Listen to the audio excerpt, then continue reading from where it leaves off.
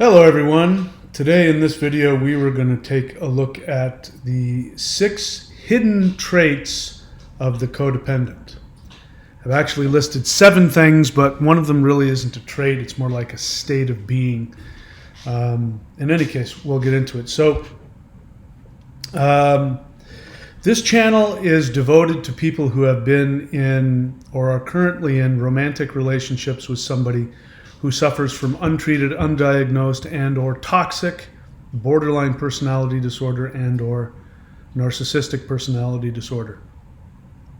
And I am somebody who was completely, totally devastated and destroyed by one of these relationships. I talk about it in my book, How I Survived My Borderline Girlfriend, which you can get on Amazon, Kindle, and Audible. You can also go to audiobooks.thunderwizard.com to see all my books.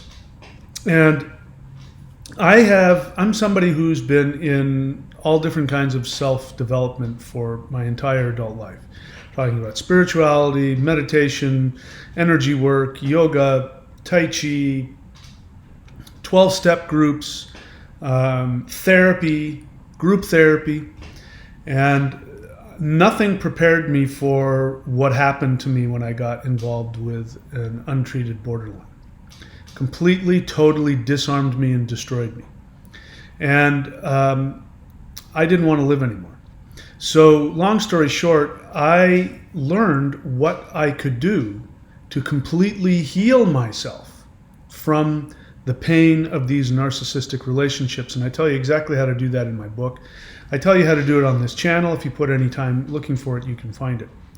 So there's a specific kind of person that gets involved with these kinds of people. Now, some people are already just wired for these abusive relationships and ready to go. If this is applies to me as well, because I grew up in a very dysfunctional family. My father was an alcoholic, drank himself to death. My mother was severely codependent, probably borderline, if not had severe borderline tendencies. My brother definitely became a narcissist, perhaps borderline. And so I grew up with this kind of craziness. And that's why I got so involved in self-development and self-help. And so there are people who are primed for these kinds of relationships. In fact, they have multiple dysfunctional relationships throughout their life. And then there are people who maybe just have a little bit, there was a little bit of dysfunction or a little bit of codependence in their childhood, and then they bump into one of these. Bump into a borderline or a narcissist who really goes in there and flips that switch on, and they, as a result of being in the relationship, they become more and more codependent. I don't care which one of those people you are, because the truth is, if you've been in a relationship with one of these people for any length of time, by definition, you are codependent.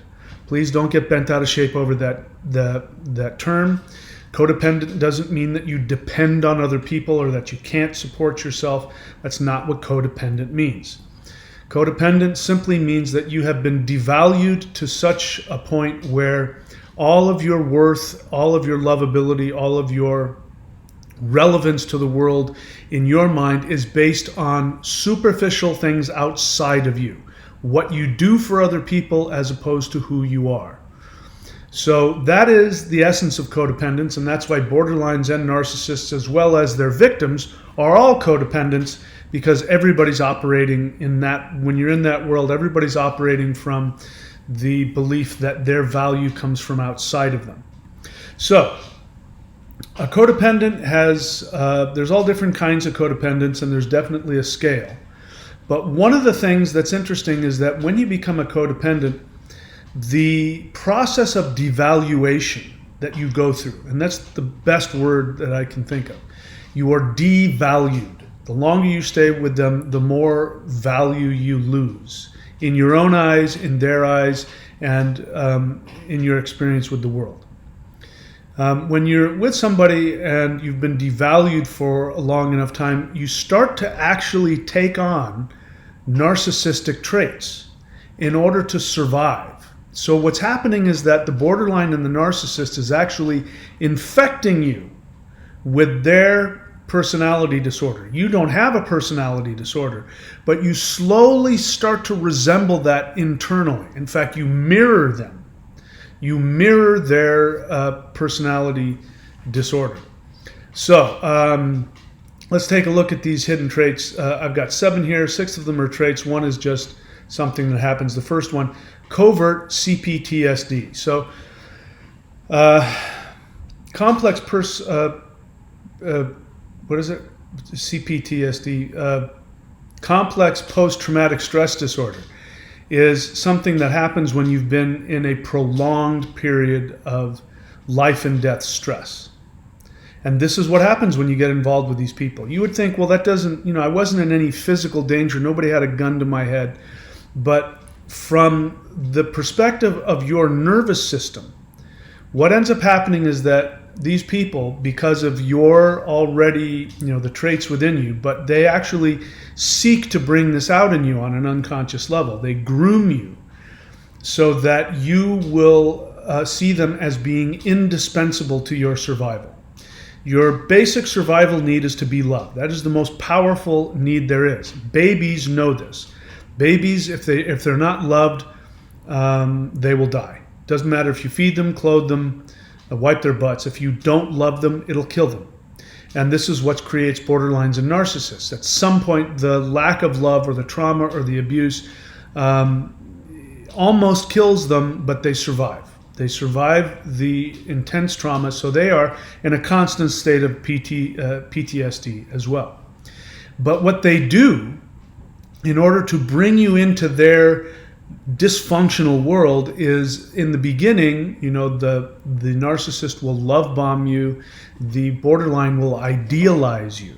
And what that does is that stimulates your nervous system to believe that you are being completely loved like the mother loves an infant. So one of the things that both borderlines and narcissists do is they actually regress you. This is why healthy people aren't interested in them.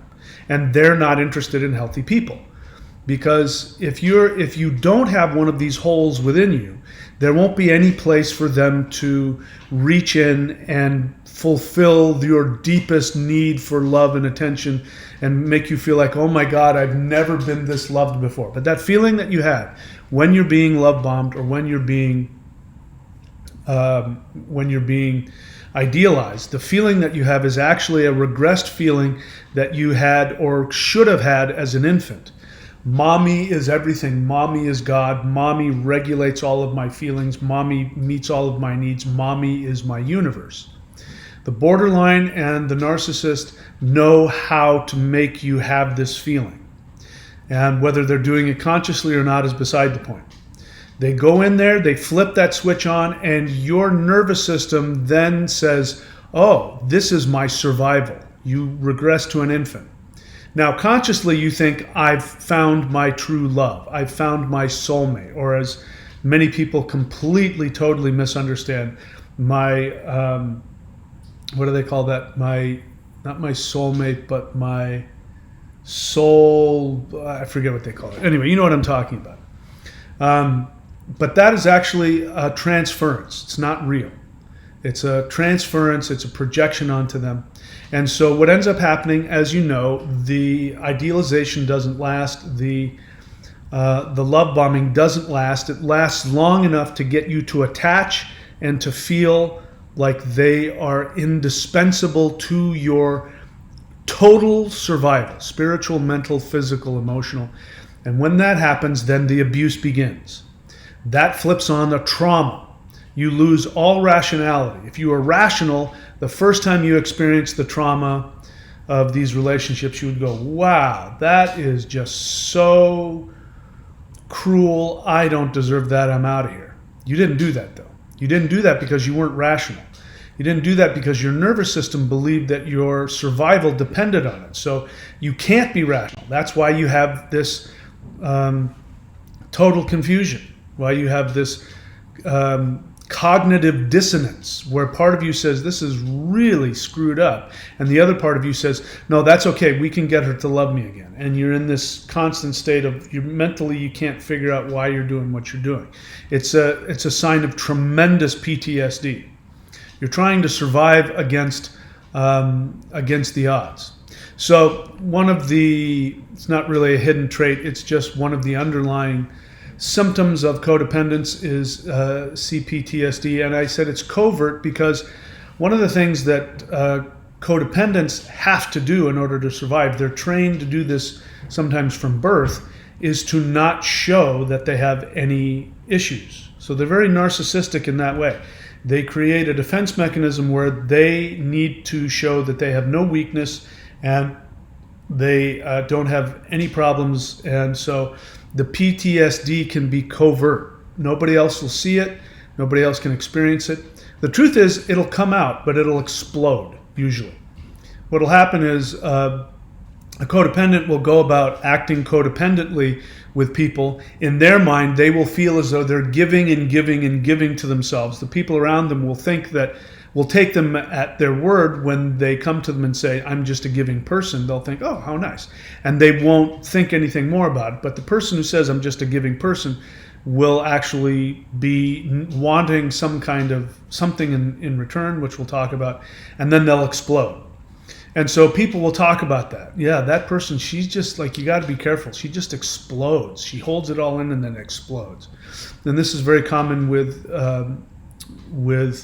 codependents, and it's because their PTSD is hidden. And every now and then it has to explode onto the scene. So that's one of the first things about codependence. The second one here, the first trait is I'm going to call the false empath facade. So I'm sure you've seen this, but there is an absolute total misunderstanding on YouTube that there's this scale.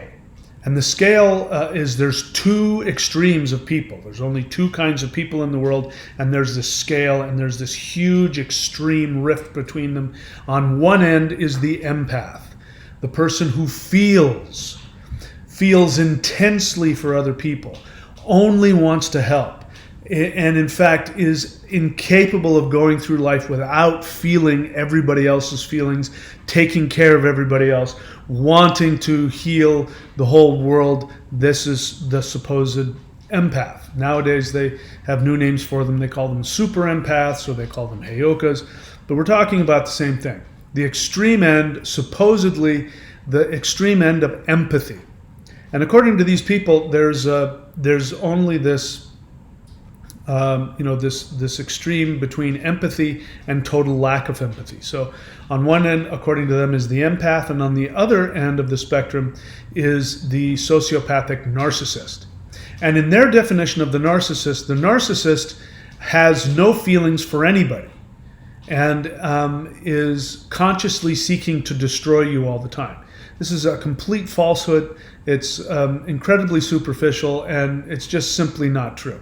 There's tiny bits of truth about it, but this idea that there's only two kinds of people who are full of empathy, and then there are people who have no empathy. And according to these empaths who tell you this, they'll say normal people are kind of in the middle, where they have feelings, but they can turn them off when they want to. Unlike me, I'm an empath. I have to feel everything, everybody, all the time, blah, blah, blah. So this is a false facade. It is a facade that is brought about by the codependent relationship. So whether the codependency in the person is created in childhood or whether it's created in one of these extremely abusive relationships, it doesn't matter.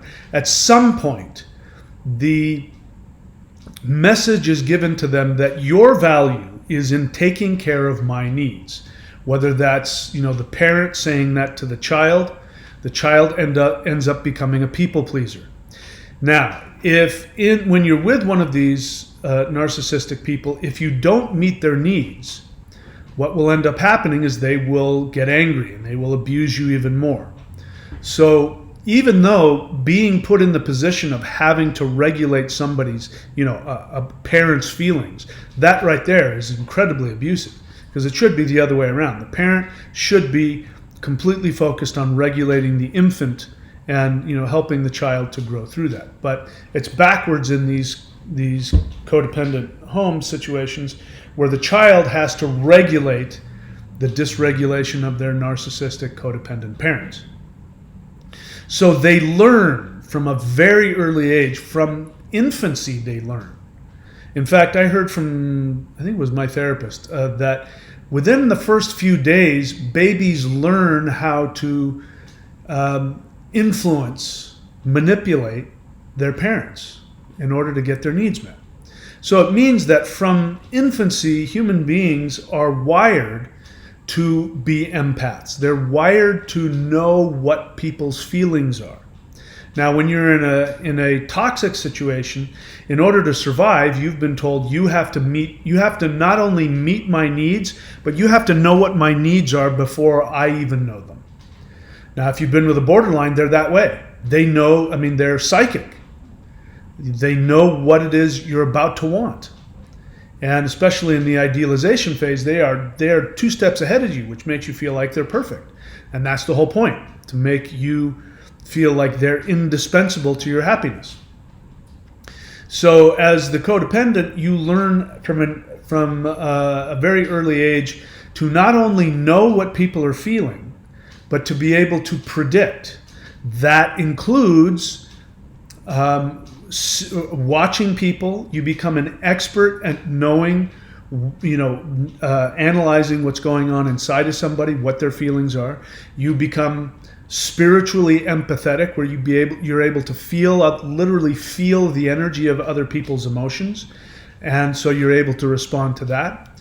You're also just very good at interpreting body language when you're not sure, because that's half of it.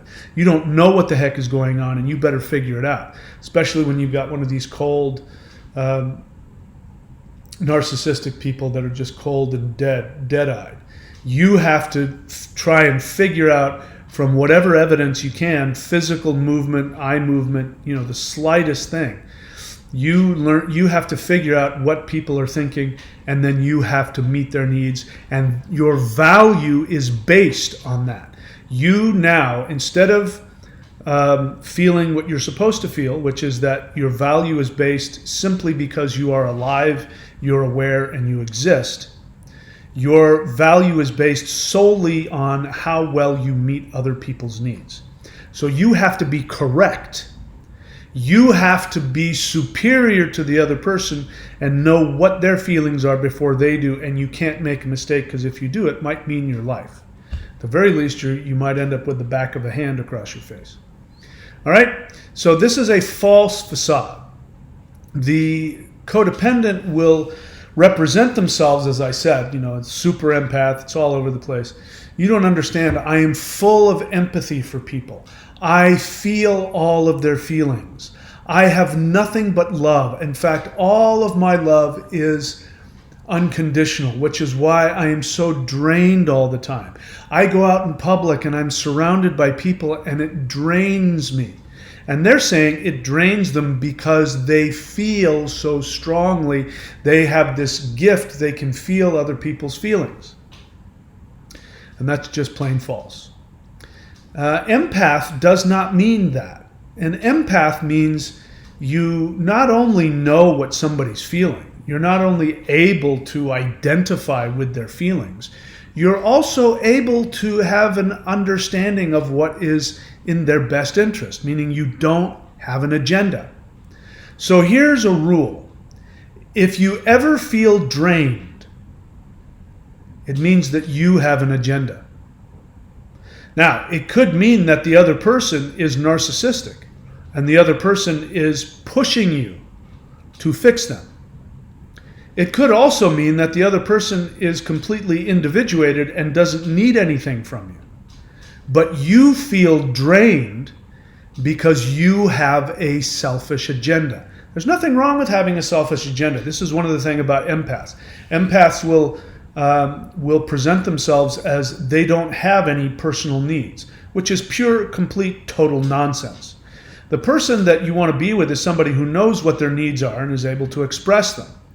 Those are also the same people who are able to meet your needs without any agenda on their part. They just go, oh, That person needs a chair. I'll go get them a chair. They don't then think about the fact that I had to go down the hall and grab a chair for you, and now you're sitting in it, and I'm watching you throughout this whole meeting, watching you sit in that chair for an hour, and I'm the one that got you the chair. Well, that's going to drain you.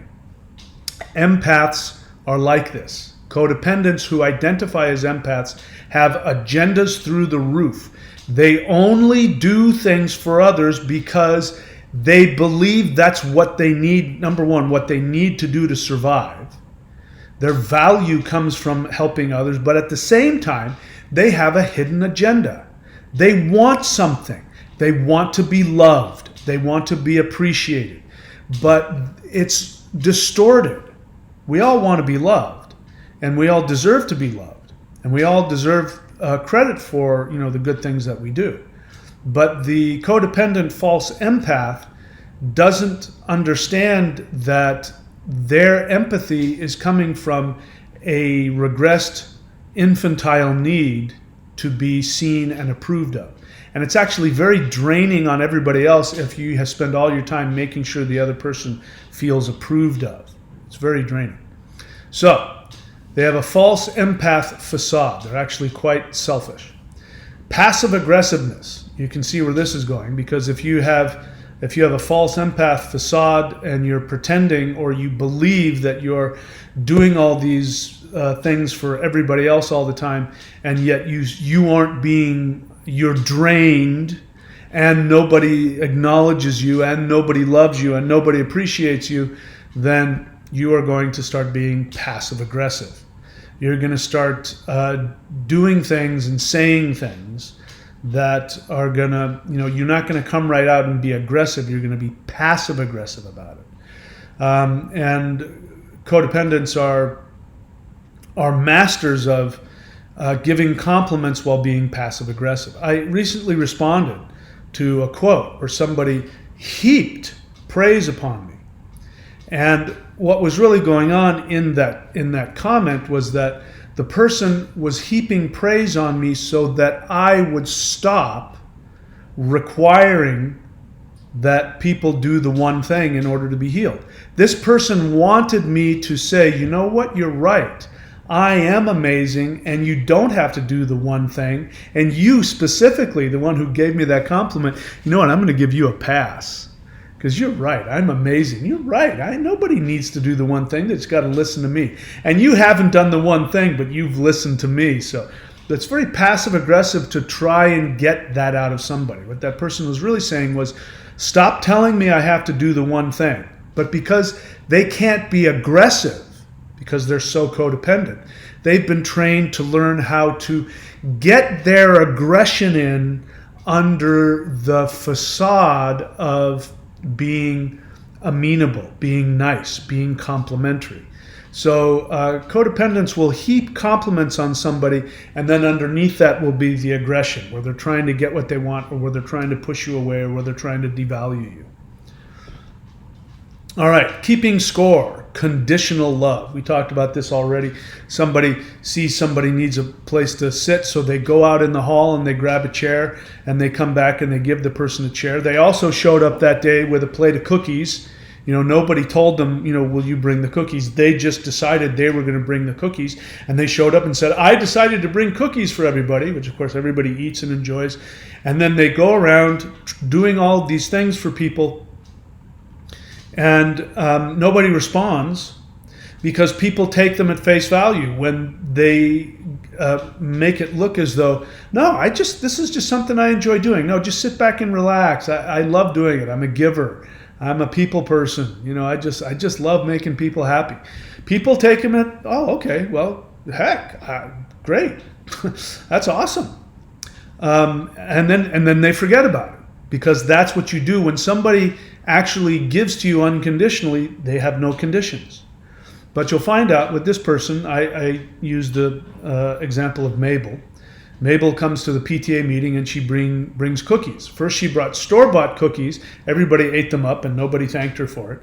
What she was expecting is people were at the end were going to go, and let's all give a round of applause for Mabel who brought the cookies. But they didn't do that. So Mabel said, what am I going to do next? So she goes to the bakery and she gets ready-made, soft, warm, gooey, tasty chocolate chip cookies, and she comes and bring those. Be like, oh my God, those are so great. And then they go back. Oh, that's Mabel. She just does that. She loves to bring cookies. And anyway, that's great of her. Anyway, back to what we were saying. And so she doesn't get the recognition for that. So this time she makes them herself, but she goes to the store, gets the pre-made dough, has it, brings the cookies, same thing. And, oh, the cookies were great. Thanks, Mabel. That's awesome. Where did you get them last time? Those were better last time. Oh, this destroys Mabel. So Mabel decides to cook the cookies from scratch. She makes every single ingredient herself, brings them in, and even says to them, I made these from scratch. Here, everybody dig in. And they do. And, oh, thanks, Mabel, that was great. But then they don't stand up and applaud, and people don't go to her and ask for her phone number and say, hey, can you come over to my house and we'll hang out and make cookies together? This is what Mabel really wanted. And then finally, Mabel loses it. After doing this for 6 months, she finally loses it, and somebody says, Mabel, what's bothering you? And she says, you know what? I've been coming to these PTA meetings for 6 months, and I've been making these cookies, and nobody else like that. I like that. This is codependency. So they keep score. Their love is conditional. And that's because they are actually very narcissistic. They don't have a personality disorder, but they're very narcissistic. A narcissist is a codependent. A narcissist is somebody who gets their value based on people worshiping them. Not because of who they are, but for some external thing, like being superhuman, something like that. So Mabel is narcissistic as well, but she gets her value not from who she is, because what Mabel doesn't realize is that people are completely ready to just love her because she exists. People are going to show up, and if she didn't bring cookies, nobody would say anything. They would say, hey, there's Mabel. Hey, how are you? Good to see you, Mabel. Mabel doesn't know that she has value in and of herself. That's why she gets so bent out of shape when people don't stand up and applaud her for the cookies that she made, because that's not what people care about. They don't like Mabel because of her cookies. They like her just because she exists, and they're ready and willing to love her simply because she exists, but Mabel hasn't let them do that because she's constantly trying to do things for people all the time. But this is narcissistic, and this is why she gets infuriated. Same way the narcissist gets infuriated when you don't think they're perfect. Let's keep going. Immature grandiosity.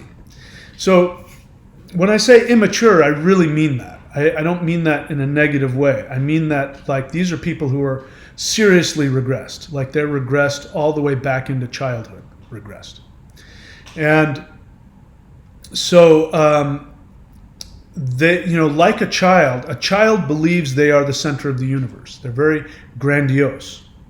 And we let children get away with that because they're children. But when adults act this way, it's inappropriate and destructive. So codependents are extremely grandiose, extremely immature. And I can tell you, having had this channel for 3 years now, I cannot tell you how many times people have left comments on the channel saying, can I have your number? Now, it doesn't even dawn on them how grandiose, how presumptuous that is. It's presumptuous to think that I have nothing better to do but to pick up the phone and call them and talk to them for an hour.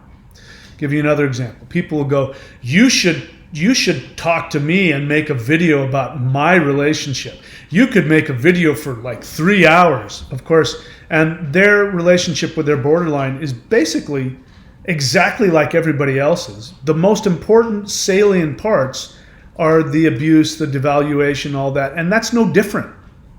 The specifics of what her hair is and the car you drove and what, when you were together and how long you were apart, all of those tiny details are meaningless, except if you're grandiose. No, in my case, we were together for 6.25 years. You were only with yours for 5.75 years. So so they think of themselves, and they're so wrapped up, they're so self-absorbed that it doesn't even dawn on them. And they leave me messages. Hey, can I have your phone number? How can I, here's my favorite. How can I get a hold of you? I mean, the presumption behind that. What do you mean, how can you get a hold of me? Like, you already just presume that you have the right to just be intimate with me. The fact that I've made these videos and I've shared a lot about myself, you're looking at a video of me. I don't see you. I haven't met you. I don't know anything about you. Yes, you've had an experience. You're able to relate to me on an emotional level because I'm here, I'm a face, you hear my voice, you see me, you know something about me. And because of that, you have this transference and this projection and you think we have a connection. No, I watched all these videos. It's like, remember when you were in high school and you asked the girlfriend if she wanted to go out on a date and she says, no, I don't like you. And you said, what do you mean you don't like me? I like you. You must like me because I have this intense loving feeling for you. That must mean you love me, right? Very grandiose, very childish, very presumptuous. And so this is something that happens all the time, and even, the comment that I just, mentioned recently where somebody was really being, passive aggressive about trying to get me to stop telling people to do the one thing to heal by absolutely, just slathering on the heaps of compliments in the hopes that my narcissism and my greed would give them a pass and that they would be able to convince me to do something else. Incredibly controlling, incredibly manipulative, and incredibly grandiose because you have to believe that you know better than me. And that's really what's being said here. To say to me that, I really love your videos. You, Mike, you are an expert in the field. By the way, I don't ever claim that I am, but people say you're an expert in this field. You know more about BPD than anybody else. And then to turn around and start telling me the parts of my message that are wrong. The grandiosity behind it. If you really do think that I know what I'm talking about, and you're watching my videos because they are healing you, or you think that they're healing you, then there's probably a good chance that I know what I'm talking about when it comes to healing. So it's incredibly grandiose and presumptuous of you to, on the one hand, love my videos, love what I say, and really want to watch them, but then you're going to pick apart the things that you don't like. It's incredibly grandiose. Now, if you've figured out a way to heal, great. Make your own channel. You don't need to come onto mine. But if you haven't figured out a way to heal and yet you're going to tell me that my way is wrong and you have the right way, as long as I just let you do your own thing, it's incredibly grandiose, incredibly narcissistic. All right, moving on. Facade of perfection. This is a big one. One of the most difficult things that happens is when people leave comments on my channel and I'm doing my job. I reflect back to you the truth as I understand it, which means there are going to be times when I'm going to mortify your narcissism, which means I'm going to point out to you what's really going on with you. Right? When we used to do live streams on this channel, I would do that. I'd say, what you really want to ask me is this. What you're really saying is this. And people really got upset over that. Nobody likes to be told they're wrong, but codependents can't tolerate it because they believe they have to be correct. Because if they're not correct, they're going to get, they don't have any value. So if I tell them that they're wrong about anything, or if I disagree with them about anything, they get completely bent out of shape because they need to be shown that they're correct.